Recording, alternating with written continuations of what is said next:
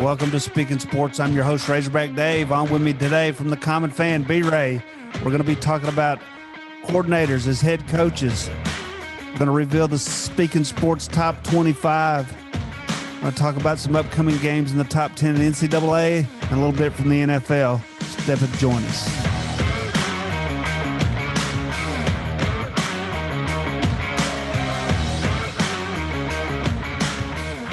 All right, welcome in. I'm your host, Razorback Dave. You're in Speaking Sports, powered by AvCare RNS and brought to you by KRT Relief, Cramp Cream, krtrelief.com. The promo code is SNS20. Get 20% off to relieve your muscles cramps. A little bit more about that in a little bit. But B-Ray, how you doing, buddy? We're 3-4 weeks into the NCAA college football season, and it's been a dandy so far. It's hard to believe we're 2 weeks from being a half over. Oh, I wish you hadn't put it quite like that. I know it. It's been, we didn't really have any kind of season last year, and now we're halfway through almost. Yeah, and it goes by fast. It goes by terribly fast. It has been enjoyable, at least for me this year, because for obvious reasons. My team's playing a little better this year than it has in the last 10. So, we're trying to catch up with all the hoopla. But, I'll tell you something what's strange about that is even Saturday watching that A&M game, even when we were up 17-0 or 17-3 or 20-10, I was thinking, okay, what's going to happen to jack this all up? Because that's what we got used to, and it didn't happen against Texas. We didn't lay an egg against Georgia Southern. We come out and handle the business against A&M. We're not used to it. I'm not used to it. I'll sit alone in the confines of my own living room by myself watching these games so I can act like I want. Nobody, I don't get judged if I'm screaming certain 4-letter words at the television. Well, I think too is that you see the power and the impact of solid coaching, a man that knows how to run a program. And I think the surprising thing is when the momentum switched to A&M after the long run, and they had the momentum, and the Hogs were struggling a little bit. KJ got hurt. The quarterback, that was the time to fold the tent, and they didn't do it. They got decent play. They got decent play out of the backup quarterback. It wasn't great, but he didn't screw anything up. The team stayed composed, and I think that's a function of the head man up there right now. Well, and you have always heard me say, especially when it comes to Arkansas, I think it's probably true for all the programs, especially the programs that are, you can even say about maybe Alabama.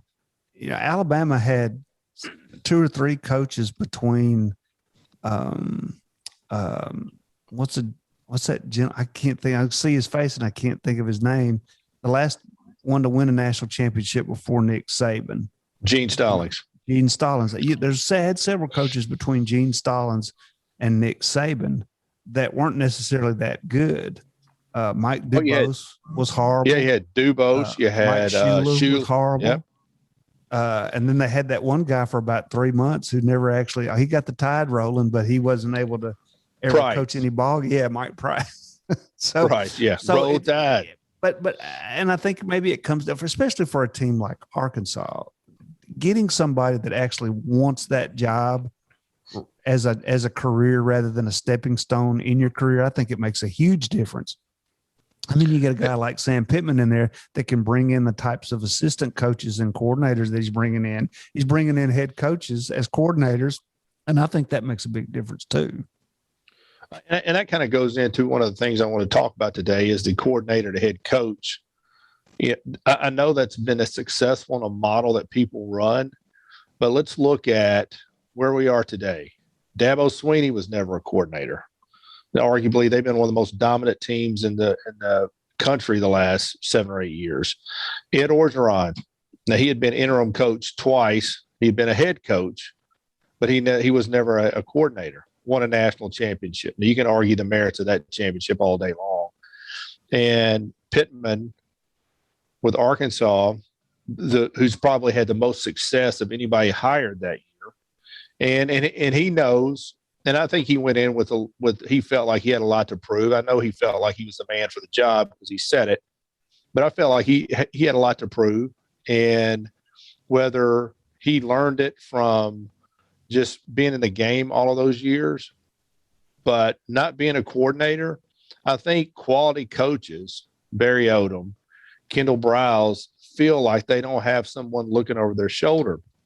If you're an offensive coach, offensive coordinator, and the head coach was a former offensive coordinator, then all that guy's got going on in his head is, do I need to call the plays? Mark Rick, Gus Malzahn struggles with that. A lot of head coaches that were offensive coordinators struggle with who should call the plays, who should design the offense. And I think with the three examples that we've discussed, you see the impact of, Barry Odom, the guy's he's a quality coach. He knows what he's doing. Kendall Browse is an up-and-comer, probably will get a shot to be a head coach one of these days. But he's letting them do their thing. And I know that those guys appreciate it. They feel empowered. And I think you see the results on the field. I think it's interesting that you put it like that, in that you look at a guy like Chad Morris, who came in. I don't know if Chad Morris was calling his own plays or not, but he came in with a lot of hype as a coordinator and wasn't all that. When they hired Sam Pittman at Arkansas, some of the social media pundits were calling him Georgia's water boy. Of the 4 hires that year, he was considered to have been the worst hire. If you were buying or selling stock in a hire, everybody would have been selling Sam Pittman stock, because nobody thought he would come in and do what he did. However, what he's got that a lot of these young coordinators don't have is experience. He has 100%. been managed. He has been managed. And I know this from a professional standpoint. I've worked for enough people. I know when I have good bosses and when I don't. I know when I have good management and when I don't.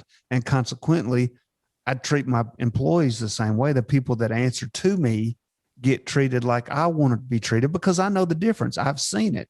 I understand it. And Sam Pittman's been around long enough to know what works, what doesn't for other people, and has been able to translate that into what works for him.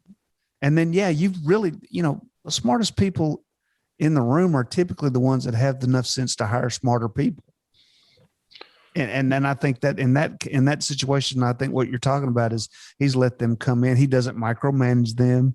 He might stick his head in the room and say, hey, I think we're going to need to do a little of this week.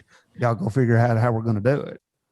And that's real. When you got good people, you can't always do that with everybody, but he has clearly hired a staff where he can go in and do that. And I think too, he's got great coordinators, but you can't diminish the job, that he's done leading the program. Because at the end of the week, it's his program. Win, lose, or draw. He's got to set the tone on Sunday. He comes up with his input in the game plan matters. He lets those guys do it, but he is by far the coach of the month so far, not the coach of the year. And big games coming up against 2 quality opponents. But I think if you're an Arkansas Razorback fan, that there's going to be a lot of good years here down the in the next few years down the pike. So what do you think makes a good translation? And I'm going to go back to maybe like even a Houston Nutt. I don't know if he was ever a coordinator anywhere before he got to Arkansas, but when he got to Arkansas, he wanted to call his own plays because he played as a quarterback, I guess, in college and thought that he could. And it was always kind of a mental thing for him. I remember, the fans used to get on him hard about, hire somebody to call the plays. So he did. But then every now and then he'd be in a press conference and say, I called that play. Ego's a big factor, as you well know, in all of this. But somebody that can come in like a Sam Pittman and say, okay, look, you go do what you do. And I'm going to make the big decisions. If we're going on 4th down, I'm going to be the guy that says so. If we're going to kick the field goal, I'm the guy that's going to say so. If we're going to onside kick, I'll make that decision. But everybody go do your thing. Now, consequently, that leads me to I always think there needs to be somebody watching the game for the coach. And where you're getting a taste of that? Have you tuned in on Monday Night Football with Eli and Peyton Manning from their living room calling the NFL Monday night game of the week? No, I have not seen that yet. You need to check that out, because that is absolutely the epitome of what I'm talking about. they watching that game from their living room, seeing things that coaches on the field aren't seeing because they don't have any other responsibilities other than to watch the game. Well, what's funny is that you've said that Clay Travis did on Outkick did a thing on that you need to have a common sense coach on the sideline. Yeah. Somebody that thing, just pays somebody attention. watching the game. Somebody just says, hey, 2 timeouts left. There's 6 minutes to go in the game. It's tight. 2 timeouts left. Somebody to say, hey, there's a backup in at the left end. Somebody just the safety limped off.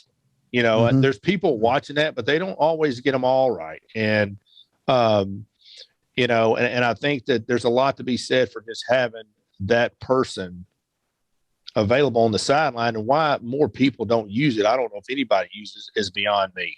No, I don't know if anybody does or not. I remember when I coached a little bit, and I'm not an X's and O's guy. I'm a more, I can get the players to do what we need them to do to win. So when I was on the sidelines or if I was on the headset in a booth, I was doing just that. I was watching the game. I'd buzz behind the head coach and I'd go, there's still over a minute left. We've got 2 timeouts. The clock's running. And that I wouldn't wait. Wasn't a question. It wasn't a suggestion. And I wasn't waiting for an answer. I'd walk behind him. I'd say what I had to say and I'd walk on.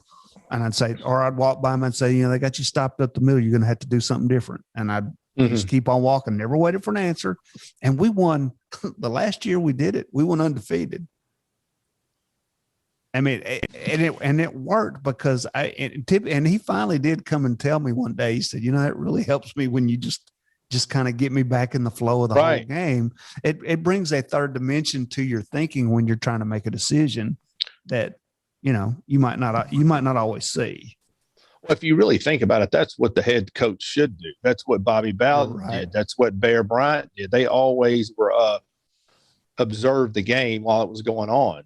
They did their work on putting the work in. This is what we expect out of this group this week. But those guys watched the game, and maybe,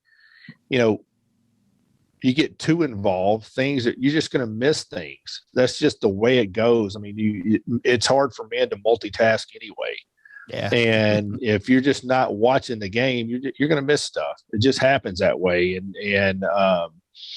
But it's funny if you think about the older coaches back in the legends of the game, none of them hardly any of them had a headset on. They were just watching the game. You're right. I don't ever think I saw Bear Bryant with a headset on. Frank Broyles, Vince Dooley, any of those Joe guys. Paterno. Yeah. I mean, Joe Paterno had one on. He's in the press box, but the great ones, Bud Wilkerson at Oklahoma, Darrell Royal at Texas, John McKay, USC, John Robinson. Old school. Yeah. All right. Well, we're going to take a quick break here on Speaking Sports, brought to you by KRT. We'll hear a message when we come back. We're going to reveal the SNS Speaking Sports Top 25, first one of the year. And we'll take a look at a couple of marquee games coming up in college football on Saturday. You're listening to Speaking Sports. We'll be right back.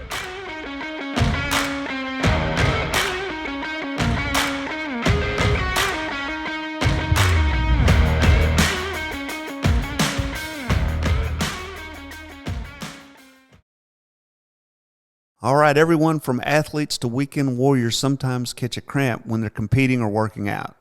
When you need relief fast, you want to reach for KRT Relief Cream. Just rub a little where it hurts, and KRT's patented technology works quickly to calm the nerves that are causing the cramps. KRT comes in cream or gel and works great for everyone. So go to krtrelief.com and enter promo code SNS20. That's SNS20 to receive 20% off your first KRT order. That's www.krtrelief.com.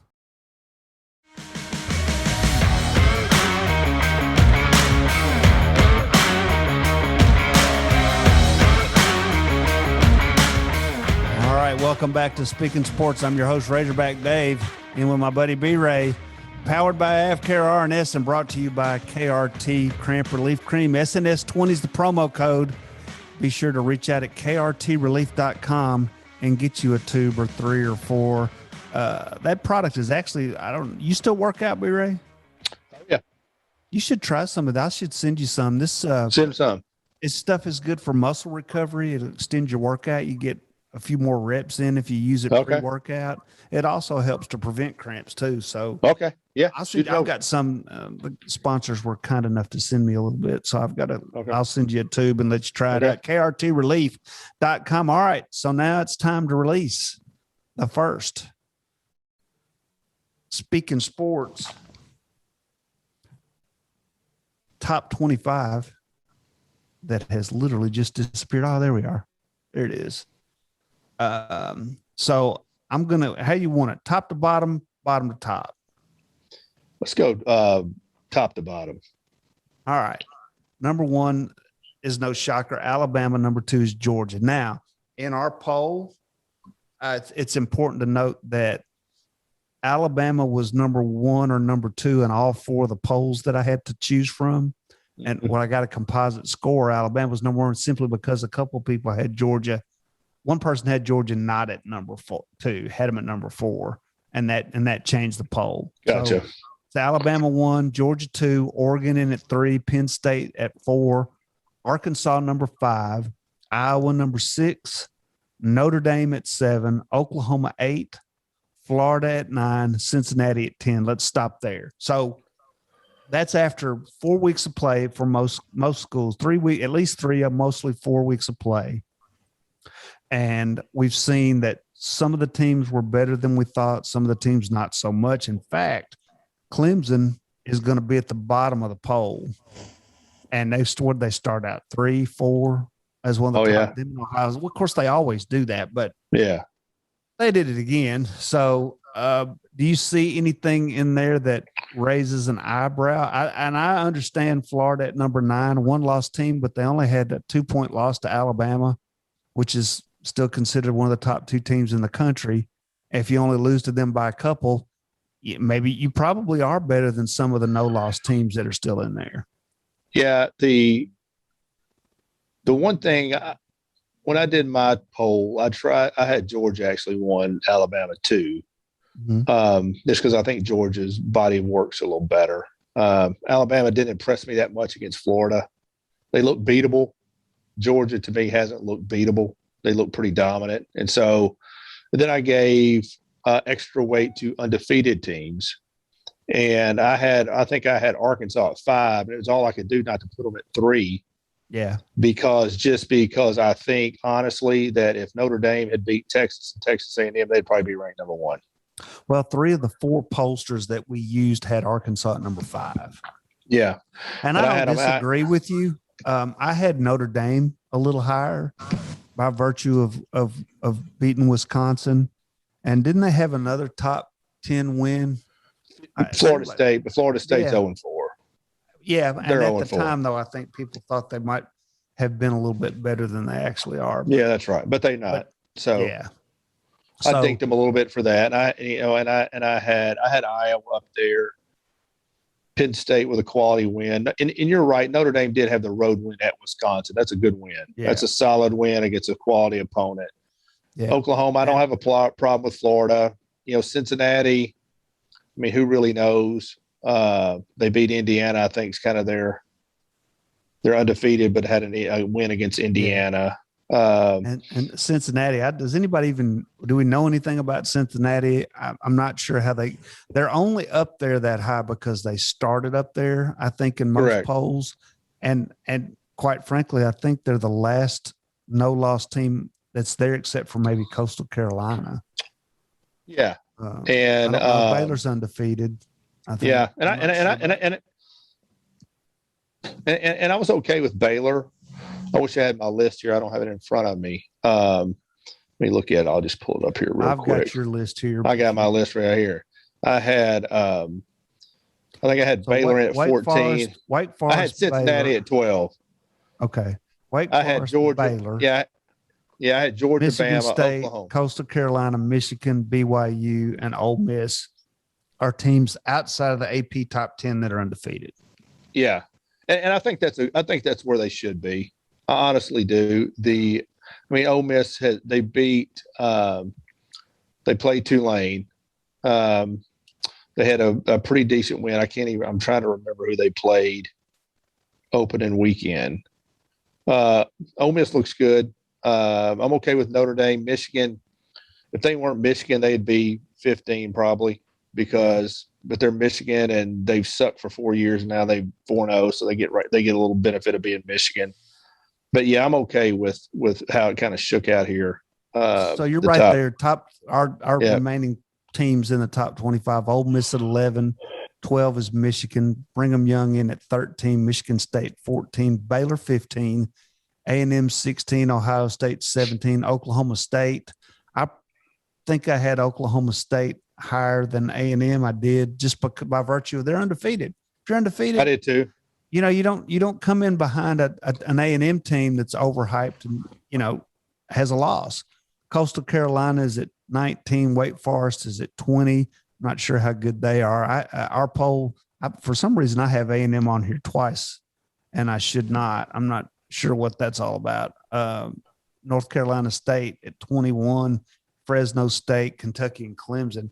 And a couple of polls one of the polls didn't even have, I believe it was yours, didn't have Clemson listed in the top 25. I did. I took them out. Lost twice. Yeah. Yeah, I took them out because I'm sure they've got top 25 talent, but they're not a top 25 team right now. Yeah. And I think I had Texas at 20, A&M at 22. And I basically, A&M didn't impress me, haven't impressed me all year. I've watched pieces of their games, but I had A&M better than Kentucky, Coastal, and Fresno kind of rounded out my top 25 just because they were undefeated. I gave them a little love, but A&M and Texas, I had it in the 20s. So that's the Speaking Sports top 25 first version.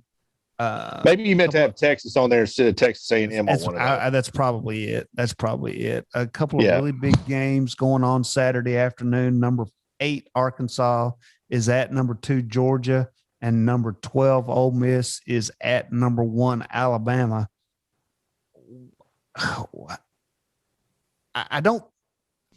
Let's start with Ole Miss and Alabama. For some reason, there are a lot of people giving Alabama a chance to go into Tuscaloosa and giving Ole Miss a chance to go into Tuscaloosa and beat Alabama. I don't see it. I have seen a lot of I've read a lot where people try to predict the games, and just about everybody's picked Alabama. They're 14.5 point favorite at home. Over and under 79. I think the concern is, can Ole Miss go down there and just line up and go man to man with Alabama on the offensive defensive line, and I think that offensive line of Bama gives them the nod there. I think Ole Miss will score some points. I mean, over and under 79. I mean, that's basically a 45 to 35, 34 type game. I mean, if you think it's going to go tested here, I mean, you got to think if it goes at a number at 79 or 80 is 14 points. That's a big number. Alabama's winning 50 to. But have they played anybody? I mean, they played Miami, but Miami's not even in anybody's top 25 anymore. No. They beat Florida on the road. Florida was at the Swamp. Yeah. They only beat them by 2 points. Beat them by 2 points. Know how good Florida is. Well, and I'll tell you this is that I watched that game and Florida made a lot of mistakes. Bryce Young is not he's not out of the Tua or Mac Jones or Jalen Hurts mold. He's obviously talented, but he's behind where they were at this point. And it looks at the offense to me looked a little bit simpler. His throws are late. The timing wasn't. It'll get better. But Florida made some mental mistakes in that game, which is not surprising of a Florida team.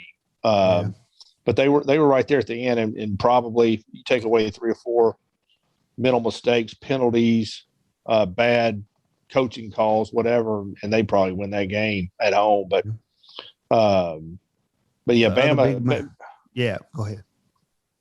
No, Bama doesn't look near as dominant to me as they have. Yeah, the other big matchup in the top 10 or 15 is number 8 Arkansas at number 2 Georgia. And I'm going to say this, and they're going to contradict each other. I think the 18.5 point spread actually started out at 19.5. I think that's too big. That's too little respect. And I'm not sure that the number 8 ranking is not too much respect, even though we have it number 5 on our poll. And I think it's probably well-deserved based on the body of the work as it sits right now. I just don't know. You're looking at a team that's been 2 wins, 3 wins, no wins the last 3 or 4 years. And now all of a sudden they're 4-0, but they got 2 quality wins against top ranked teams.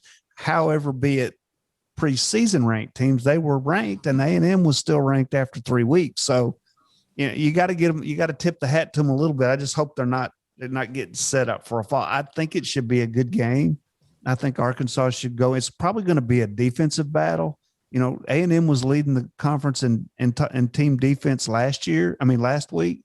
Georgia's leading it now, giving up 5.5 points a game, or 5-point-something points per game. Arkansas is scoring about 35 points a game.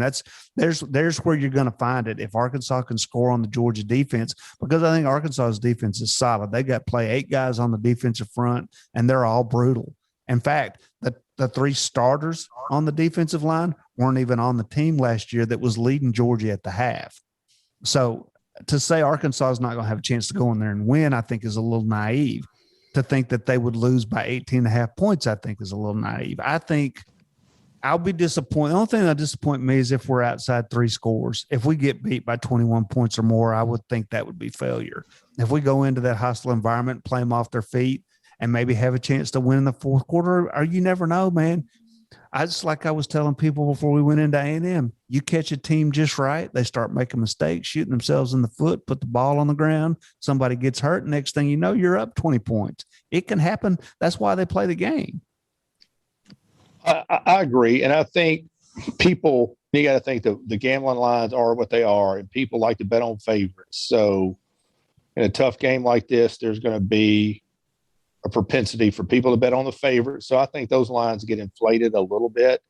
Honestly, Georgia probably at home should be about a 2-touchdown favorite, not necessarily 18 or 19. And I think you've kind of seen some of that with the line coming back down a little bit. But I think what it's going to get into the quarterback situation at Arkansas. Is Jefferson 100% healthy? He limped off last week. And secondly, can Arkansas, do they have the depth to hang in there? Because Georgia has 3 5-star O linemen that are backups. Here's what I want to know. Georgia's got depth. Georgia only scored 10 points against Clemson. Clemson's horrible. Agreed. That right there, if there is a chance for an upset here, it's going to be in that statement right there. If Georgia is not as good as people think they are. And I don't know if anybody is anymore with the transfer portal and the way kids are moving around now. I'm not sure anybody's as good as as bad as everybody thought they were going to be. Which I think that transfer portal, which something we've never talked about, is that it might make prognostication a little more difficult. Arkansas was picked last in the West going into the first game, and right now we're the 3rd highest ranked team in the conference. So, who knows? Anything can happen. Yeah, that's right. And I think Georgia, the quarterback situation is different now than it was in that Clemson game. And so they've gotten a little boost from that. I'm not sure of the names or whatever. But I'm with you. I think it's going to be a defensive game, and it's going to come down to all you can ask for on the road. 2 top 5 teams, you're on the road. It's going to be a hostile environment, is that your team is in a position at the end to make a few plays and win the game, because anything can happen. You just want to keep it close. And a cool afternoon in Georgia with not a lot of heat. Arkansas's depth, obviously not where Georgia's is. And so I think that Arkansas wants it to be close. They can't afford to get behind big early. Yeah. And I think that's going to come with, this is all cliches, but protecting the football, running the clock, keeping the game close, shorten the game a little bit. You don't want to get the shootout. And then just let Jefferson do what he does best, which is 11 o'clock start on that game Central Time typically favors the visitor. Those 11 o'clock starts too. Yep. We'll see. That'll be the first game after game. I want to shift real quick to NFL before we get out of here. Tonight's game will probably be over by the time I get this broadcast posted, but Jaguars at the Bengals. Jaguars are 0-3. They're saying that Urban Meyer may lose more games this season than he lost his whole career at Ohio State. The That's line on that pretty game, funny. 7.5 Cincinnati and given 7.5. Somebody asked me about that the other day, and you have to watch the teams in the NFL that have not won a game. They will typically beat somebody they're not supposed to. So for me, for the Bengals, I think this is a trap game. The Jaguars could absolutely go in there and win this ball game. It is, and this is all boiling down to Urban Meyer went all in with Trevor Lawrence, who is definitely looking for improvement. Primetime matchup tonight for both of them. Urban's coming out party as a professional coach on national TV. Trevor Lawrence. NFL is a quarterback league. If you've got one, you're competing at a high level every week, and if you don't, you're 0-3. Yeah, some other games this week that I think will be interesting. The Bills and the Texans will tie off in Buffalo. Lions Bears is a battle of I think it's a toilet bowl for the NFL. I think this will be a good game here. Panthers Cowboys in Arlington, that'll be a good game. Going down through here, Titans are going to go to New York and play the Jets. Chiefs and Eagles. We talked about this before we got on the air. As a Titans fan, I came unglued after we lost the first game, and now we're sitting here with a better record than the Chiefs. 3 weeks after 3 weeks, you lose the first game, and after 3 weeks, you can still be 2-1. And at that point, it doesn't really matter which one of the games you lost. You just only lost one. But a lot of teams that first, Green Bay lost the opening weekend, and they're 2-1 and looking strong. Everybody's kind of finding themselves, and then the teams that we thought were going to be great that won, Kansas City's kind of hit a wall. They are, and it's interesting to have people kind of figured out Mahomes. I don't know. I still think he's best quarterback in the league. Cowboys sitting there at 2-1. Bills 2-1, Raiders 3-0, Broncos 3-0, Chargers 2-1, Bengals 2-1, Ravens, Browns 2-1, Titans. And so, a lot of football to be played. Is that right there? Will give you a look at the parity in the NFL. Usually around mid-season, you're gonna have a lot of teams 5-3, 4-4, 3-4. A lot of teams just. Raiders sitting 3-0, going to play at the Chargers on Monday night, and then the Buccaneers 2-1. Taking Tom Brady home Sunday night to play the 1-2 New England Patriots. That ought to be. They're trying to hype that game. I think the Buccaneers go in there and throttle the Patriots. I heard an interesting discussion about gamesmanship. What would you, if you're, as we leave out of here, you're football operations for the Patriots. Are you going to run a tear-jerking tribute to Tom Brady prior to the game? Are you going to ignore him? Are you going to do something in the middle? What do you do to try to put some gamesmanship on Brady coming? Because I don't think Brady goes in there with anything to prove. He's already proved himself to be able to do it without New England, without Belichick. But if I was Belichick or the operations team at New England, I'm probably trying to come up with something that will throw him off the company line that he's been feeding, which is this is a business trip. It's another football game. I had a lot of memories there, but this won't be the time to reflect on that. What could you do that would force him to reflect on it a little bit? Well, I think they should definitely make some kind of you don't want it to be too much, because you don't want Brady to get fired up and the Bucks to be fired. I mean, these are pro players, and so to say get fired up is kind of a half-ass, ridiculous statement. But at the end of the day, Brady, he still wants to win. I think you give him a, welcome home, welcome back, Tom Brady, 6-time Super Bowl champion. Welcome back to New England. I think you get something like that, and that's about it. Because that book of the Patriots is coming out in the next couple of weeks, and where there's been some leaks on it about Kraft and the Belichick and the Brady relationship was not as cozy as a lot of people thought. And so that's going to be it.